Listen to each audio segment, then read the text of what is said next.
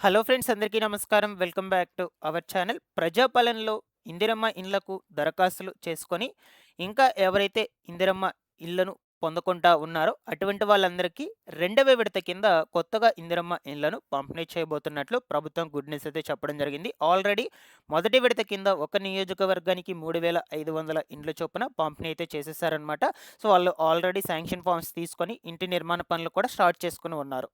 ఇక తాజాగా రెండవ విడతకు సంబంధించి ప్రభుత్వం గుడ్ న్యూస్ అయితే చెప్పింది. అయితే ముఖ్యంగా ఈ రెండవ విడతను ఎప్పటినుంచి ఎవరెవరికి పంపిణీ చేయబోతున్నారు, ముందుగా ఏ జిల్లాల వారికి ఈ రెండవ విడత కింద వచ్చేటువంటి ఇందిరమ్మ ఇండ్లను పంపిణీ చేస్తారు, ఈ వివరాలన్నిటి గురించి మీకు క్లియర్‌గా చెప్తాను. అండ్ దీంతో పాటుగా ప్రస్తుతము ఎవరైతే ఇంటి నిర్మాణ పనులు చేసుకుంటూ ఉంటారో, సో వాళ్ళకి బిల్ అయ్యేటువంటివి కూడా పడుతూ ఉన్నాయన్నమాట.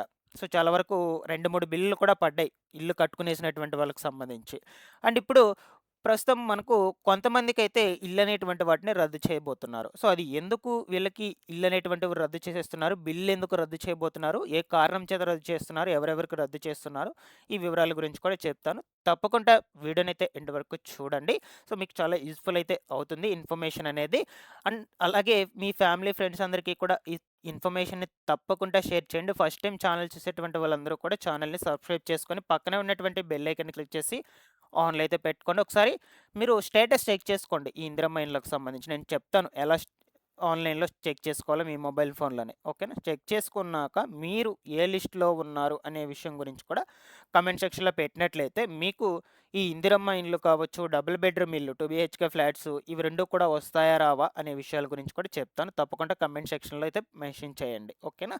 లేట్ చేయకుండా టాపిక్‌లో గనుక వచ్చేసినట్లయితే ప్రభుత్వము తాజాగా ఈ ఇందిరమ్మ ఇండ్లకు సంబంధించి రెండవ విడత పంపిణీ మీద గుడ్ న్యూస్ అయితే చెప్పడం జరిగింది. ఇదివరకు మనకు మొదటి విడత కింద ఈ ఇందిరమ్మ ఇండ్లను పంపిణీ అయితే చేశారనమాట. దాదాపుగా మనకు ఒక నియోజకవర్గానికి 3,500 ఇండ్ల చొప్పున అయితే పంపిణీ చేశారు. సో, ఆల్రెడీ ఈ ఇందిరమ్మ ఇళ్లకు సంబంధించి స్థలాలు తీసుకొని ఇల్లు అనేటువంటివి కూడా చాలా వరకైతే స్టార్ట్ చేసుకో ఉన్నారు. లేదు ప్రభుత్వాన్నే వాళ్ళు కట్టించమని అడిగితే, సో, ప్రభుత్వం వాళ్ళకొచ్చేటువంటి బడ్జెట్ మేర ఆ ఇంటి నిర్మాణం అనేది పూర్తి చేసి వాళ్ళకి ఇల్లనేది అప్పచెప్తూ ఉన్నారనమాట. సో, ఈ ప్రాసెస్‌లో అయితే జరుగుతుంది. ఇక ఈ రెండో విడతకు సంబంధించి ఎప్పుడు పంపిణీ చేయబోతున్నారు? ముందుగా ఎవరెవరికి పంపిణీ చేస్తారు? ఏ కేటగిరీలో ఉన్నటువంటి వాళ్ళకు మొదటి ప్రాధాన్యత ఇవ్వటం జరుగుతుంది?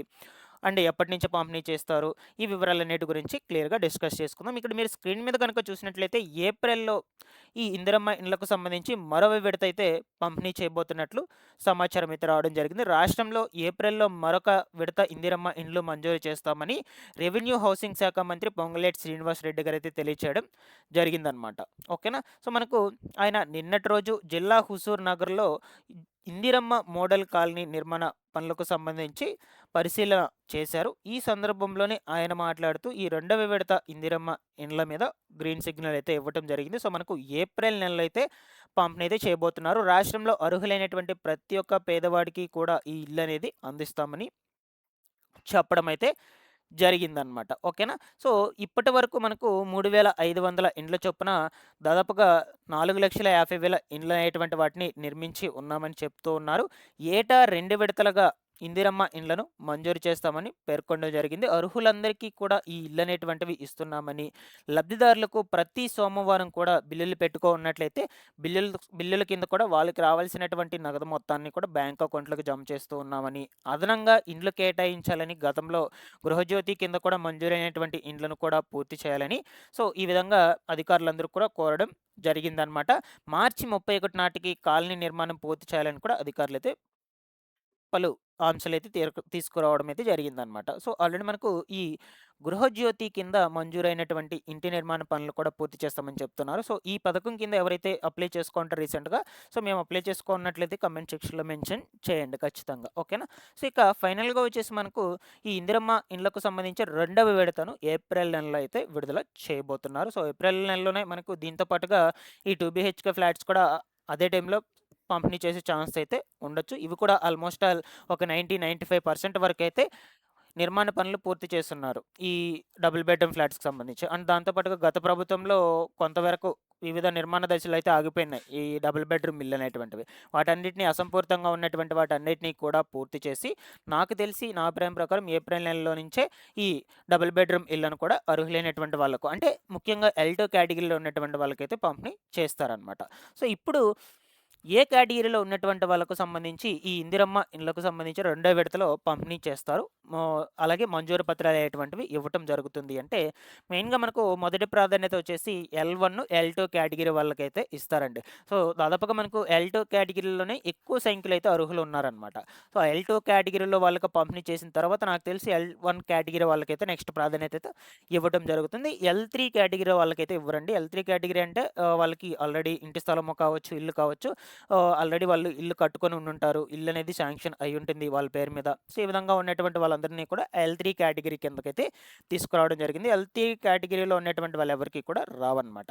లేదు ఒకవేళ బై మిస్టేక్ మీ యొక్క నేమ్స్ అనేటువంటివి L3 లిస్ట్‌లో గనక ఉన్నట్లయితే L3లో గనక ఉన్నట్లయితే మీరు ఒకసారి ఎంపీడీఓ ఆఫీస్‌కి వెళ్లి అక్కడ అధికారులను కలిసినట్లయితే సో, వాళ్ళు మళ్ళా కూడా ఒకసారి రీచెక్ చేసి మీ నేమ్స్ అనేటువంటివి చేంజ్ చేయడం అయితే జరుగుతుంది. అందుకే చెప్తున్నాను మీరు ఏ లిస్ట్‌లో ఉన్నారని ప్రాపర్‌గా ఒకసారి చెక్ చేసుకోండి. అది ఎలా చెక్ చేసుకోవాలో నేను మీకు ఇప్పుడు ప్రాసెస్ కూడా చెప్తాను. ఇకపోతే ఇందిరమ్మ ఇండ్లలో అనర్హులనైతే గుర్తిస్తూ ఉన్నారనమాట. ఓకేనా? సో, ఆల్రెడీ ఈ ఇందిరమ్మ ఇండ్లనేటువంటి వాళ్ళకి శాంక్షన్ అయ్యి వాళ్ళు ఈ ఇంటి నిర్మాణ పనులనేటువంటివి స్టార్ట్ చేసుకో ఉంటారనమాట. సో, అయినప్పటికీ కొంతమంది అనర్హులుగా అయితే తేలుతూ ఉన్నట్లు చెప్తూ ఉన్నారు. సో, మనకు అనర్హులుగా ఎందుకు తేలుతూ ఉన్నారు? దానికి గల కారణాలేంటి? ఆ వివరాల గురించి కూడా చూద్దాం ఇప్పుడు. ఇందిరమ్మ ఇండ్ల పంపిణీ విషయంలో లబ్ధిదారులను గుర్తించే ప్రక్రియలో కొనసాగుతున్నాయి. సో, ఇందుకోసం ప్రజాపాలన అప్లికేషన్‌లయితే వడపోస్తూ ఉన్నారు. ఫీల్డ్‌కి వెళ్లి మళ్ళీ చెక్ చేస్తూ వాళ్ళు గనుక అర్హులైనట్లయితే వాళ్ళకి ఇంటి నిర్మాణం అనేది కంటిన్యూ చేపిస్తారు. లేదు అక్కడే అనర్హులని తేలినట్లయితే వాళ్ళకి వెంటనే ఆ ఇంటి నిర్మాణ పనులు మొత్తం కూడా బిల్లులన్నీ కూడా ఆపివేస్తూ ఉన్నారు. అనర్హులుగా తేలినట్లయితే వాళ్ళకి బిల్లులు కూడా నిలిచిపోతున్నట్లు చెప్తూ ఉన్నారు. ఆల్రెడీ ఇక్కడ గనుక మనం చూసినట్లయితే 101 మందికైతే ఈ బిల్లు అనేటువంటివైతే నిలిపివేసున్నారు. అనర్హులుగా అయితే గుర్తించడం వల్ల. ఓకేనా? సో, వాళ్ళు వివిధ నిర్మాణ పనులనేటువంటివి చేసుకుంటూ ఉంటారు పలు దశల్లో. ఓకేనా? సో, కొంతమంది స్లాబ్ వరకు కట్టుకో ఉంటారు. కొంతమంది గోడల వరకు కట్టుకో ఉంటారు. కొంతమంది బేస్ మట్టం లెవెల్ వరకు అయితే కట్టుకో ఉంటారు. సో, ఇంటి నిర్మాణం ప్రారంభించిన వారిలో అనర్హులు ఉన్నారని హౌసింగ్ డిపార్ట్మెంట్‌కు సమాచారం అందడంతో దీని ప్రభావంతో ప్రజాపాలనల అప్లికేషన్‌లు తిరిగి వెరిఫికేషన్ అయితే చేస్తూ ఉన్నారు. రూల్స్ ప్రకారం మనకు ఈ యొక్క ప్రకారం కారు ఉన్నటువంటి వారు కావచ్చు, ఈ స్కీమ్‌కు అనర్హులే అని చెప్తూ ఉన్నారు. 93,000 మందికి కార్లు ఉన్నాయని తెలియడంతో దీంతో అప్పటికే దాదాపుగా రూ. 1,00,000 నుంచి 2,00,000 వరకు బిల్లులనేటువంటివి కూడా వచ్చాయన్నమాట. ఆ తర్వాత బిల్లులనేటువంటి వాటిని కూడా నిలిపివేశారన్నమాట. ఈ స్కీమ్‌లో వచ్చేసి 8 మంది ఔట్‌సోర్సింగ్ ఎంప్లాయ్‌మెంట్లు కూడా తీసుకొని ఈ విధంగా వెరిఫికేషన్స్ అనేటువంటివి చేపిస్తూ వాళ్ళందరికీ కూడా ఇల్లు అనేటువంటి వాటిని క్యాన్సిల్ చేస్తూ ఉన్నారు. దాంతో పాటుగా బిల్లులను కూడా నిలిపివేస్తూ ఉన్నారు. సో, ఎవరైతే ఇప్పుడు ఇందిరమ్మ ఇళ్ళకు సంబంధించి మంజూరు పత్రాలు పొంది ఉండి, ఈ ఇంటి నిర్మాణ పనులు చేసుకుంటూ ఉంటారో, వాళ్ళలో ఎవరైతే కారు కలిగి ఉంటారో, కారు ఉన్నట్లయితే అటువంటి వాళ్ళందరికీ కూడా ఈ ఇందిరమ్మ ఇళ్ళకు సంబంధించిన బిల్లులు నిలిపివేస్తూ ఉన్నారనమాట. ఓకేనా? సో, ఇలా చాలామంది వరకైతే గుర్తిస్తూ వెరిఫికేషన్స్ చేస్తూ గుర్తిస్తూ మళ్ళా కూడా ఈ వెరిఫికేషన్స్ అయితే స్టార్ట్ చేశారు. ఇందిరమ్మ ఇండ్లను కూడా నిలిపివైతే వేస్తున్నారు. వాళ్ళకందరికీ కూడా క్యాన్సిల్ చేసేస్తూ ఉన్నారనమాట. సో, ఫైనల్‌గా వచ్చేసి ఇక్కడ మీకు 2 టాపిక్స్ గురించి అయితే చెప్పానండి. రెండో విడత ఇందిరమ్మ ఇండ్ల పంపిణీకి సంబంధించి అండ్ అలాగే కొంతమందిని అనర్హులుగా గుర్తించి తొలగించేస్తూ ఉన్నారు. బిల్లులు కూడా ఆపేస్తున్నారు. అది ఎందుకు ఆపేస్తున్నారు? ఓకేనా? ఎవరెవరికి ఆపేస్తున్నారు అనే వివరాల గురించి కూడా క్లియర్‌గా చెప్పారు. మీకేమైనా డౌట్స్ ఉన్నా కూడా కామెంట్ సెక్షన్‌లో అయితే అడగండి గైస్. నేను వెంటనే రెస్పాండ్ అయితే అవుతుంటాను. ఒకసారి స్టేటస్ చెక్ చేసుకోండి. ఇందిరమ్మ ఇళ్ళకు సంబంధించిన వెబ్‌సైట్ లింక్ నేను డిస్క్రిప్షన్‌లో పెడతాను. వెబ్‌సైట్ లింక్ ఓపెన్ చేసి చెక్‌ఔట్ చేయండి. మీకు దాని తర్వాత ఏ లిస్ట్‌లో ఉన్నారు అనే విషయం గురించి కామెంట్‌లో పెట్టండి గైస్. మీకు ముందు ముందు రోజుల్లో అప్డేట్స్ అనేటువంటివి ఎప్పటికప్పుడు అందజేస్తూనే ఉంటాను. ఛానెల్‌ని రెగ్యులర్‌గా ఫాలో అప్ చేస్తుండండి. సబ్స్క్రైబ్ చేసుకునేసేయండి.